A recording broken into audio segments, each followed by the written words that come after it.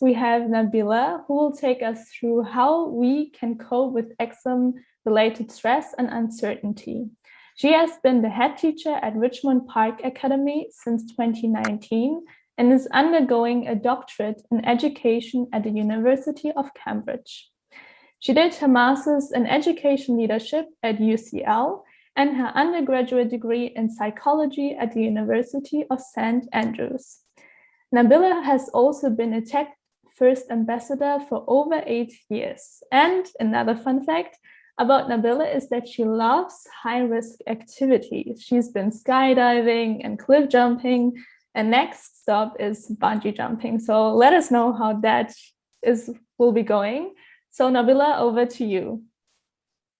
Thanks, Romina. Thanks very much for the very, very kind introduction. Hi, everyone. It is lovely to kind of meet you all.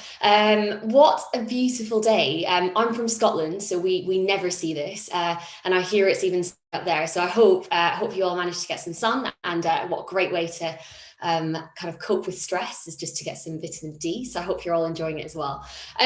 So I've got just a little bit for you guys, and like I said, as Romina said, whilst I'm working, I'm also a student, and so I totally get the kind of last minute deadlines and everything else that we all do. And so I'll just talk to you today a little bit around uncertainty in particular, and then stress. So next slide, please. So this quote for me is just the biggest thing. Like I think someone put it in the chat a minute ago, the kind of not being planned and not having control feels like the most stressful feeling. And that really resonates with me as well. And there's, I don't know if you guys have seen this before, but there's this kind of concept which is called locus of control. And this for me is really, really important. And I hope it's something that you guys find useful. But I think given this year's context of COVID and everything else, there is so much uncertainty. I think every time I open the news, it's like, what is happening with GCSEs, A-levels, exams? Is it going to be face-to-face teaching? Is it going to be coursework? Is anything going to be marked? Is anyone going to see anyone? It's just a whole bag of uncertainty. And that is really, really stressful. And there's kind of two kind of ideologies that people kind of tend to fall into when it comes to this massive uncertainty. And the first one is a kind of external locus of control. And people here don't take much personal responsibility. So they're like, oh, okay, well, whatever is going to happen is going to happen. There's nothing I can do about it. So I'm not really going to bother trying because it's just going to happen. And what we'd all really encourage you guys to do is kind of shift over to the internal locus of control, which is where people do take personal responsibility for the things they can control. You cannot control which variant is going to inevitably enter the UK today. You cannot control what kind of national restrictions are, but you can control, your revision timetable. You can control how hard you're going to work. You can control how many mindfulness techniques you're going to practice. There's lots and lots of things that, despite global uncertainty, there are things in your own sphere of influence, in your own locus of control that you can control. And it's really, really important to think when you are kind of going down that route to think, okay, but there are things I can control in this instance. Next slide, please. So when fear and uncertainty and discomfort are kind of there, next, just put all the animations up, thanks. There are kind of three things that I just want you guys to think about. The first one is, can I control the situation or not? Is this something that I have control over? And remember, there are always some parts, especially with our personal responsibility, that we can take control of. The second, and I'm really guilty of this, I promise you this is not just something you guys do, is to not kind of catastrophize things. So I'll give you an example. I'm doing a PhD in Cambridge, and because my job is quite busy, it is the last thing I do. And Natasha, who's also on the call, is also doing a doctorate and does exactly the same thing. And yesterday I had a bit of a meltdown, and I changed topics.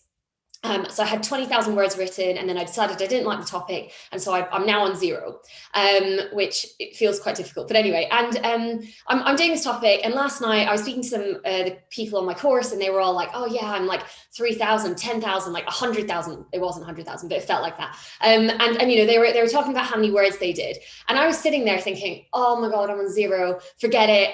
I'm never going to do it.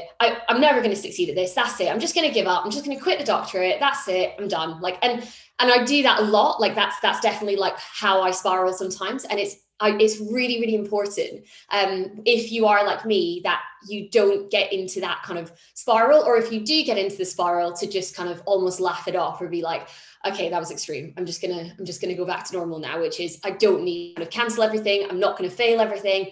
It's actually okay, and put things back into perspective. And the last one is just, there are things you can do to kind of ground yourself, to center yourself. So when I'm kind of on one of my ridiculous, as I said, being catastrophic, I need to talk to somebody who's just going to center me back down. Or as Asif said, like, you know, practice some mindfulness techniques, just to ground yourself, center yourself, bring it back into context, and remember the things you can do to control the uncertainty. Next slide, please. If these images that are here resonate, then you're certainly not alone. And again, I really like this quote, worrying is like a rocking chair. It gives you something to do, but you don't get anywhere. And that's something that I definitely do a lot. Now, the key thing about these pictures, which you might have spotted, is that neither of these individuals, these animations, are being productive. And I bet you guys will have moments like this where you're kind of in the midst of an environment where you could be being productive, but actually the stress of the situation is kind of almost like disenabling you from doing anything. And so you kind of, I bet every single person in this room has kind of, or in this chat, has been like just staring at something and nothing's going in, because you're just like, I've got to be here, I've got to do this, but it's just completely blank, and you are actually doing what these two are doing. But and it's really important in these moments to recognize that feeling and plan and kind of account for that stress. So next slide, please. So there are a few things you can do to kind of help with your stress levels. And the first one, you will have all seen this 1,000 times, okay? This is nothing revolutionary. I'm not saying anything crazy here, but revision timetables work, I promise you. I've been teaching for a really long time, and they are such an effective tool to manage your stress, uncertainty, but it's also a way of you taking personal responsibility of your time. I often see my students kind of put like a revision timetable with like 7 a.m. to 2 a.m. with like biology, chemistry, physics, maths, etc. That's not effective. You need to make sure that you plan for breaks, for relaxation, that you chunk things into topics, and it's not too much in a day. But despite the uncertainty of the world right now, it's so important that you still work hard and that you still plan for your revision. Sadly, everything you are doing is still going to be assessed in one way or the other. Everything is you're still going to have to memorize things. So just because you might not have kind of face-to-face exams right now, it doesn't mean you shouldn't be planning your revision. So plan it out, make sure it's manageable, and then also take time to relax, have fun. Sleep, I know that's not a massive thing at university, but do try to sleep, it's important. Eat healthy. Again, I'm not great at this, but I kind of force a banana down every now and again. Do the same. Try and eat healthy. It's a massive way to help kind of bring you back into kind of regulation and control stress levels and make sure your body's taking over. And I'm not the doctor, so I'm sure Asif will give you a much more better account of that in the breakout rooms. Breathing, it's really important, I hear. It's worth trying. Centers you back down, grounding you, etc. And exactly like Asif said, just do ask for help. I think I see so many times students in university and in school just really almost afraid to ask for help because they feel that they're going to be judged, or people won't understand, or they feel like other people don't need it. And it's just not the case. Just ask for help. You don't have to do everything on your own. People are there to listen, to help you, etc. So just do ask. So just really important, just thinking about your locus of control. What can you control in the situation? Managing your stress, don't catastrophize, and then just carefully plan your time so that you can work hard and take breaks and have fun and eat healthy and sleep, etc. I'll be in the breakout rooms later, so if anyone has any questions, then either direct message me or I'll see you there. But thank you very much for your time, and hope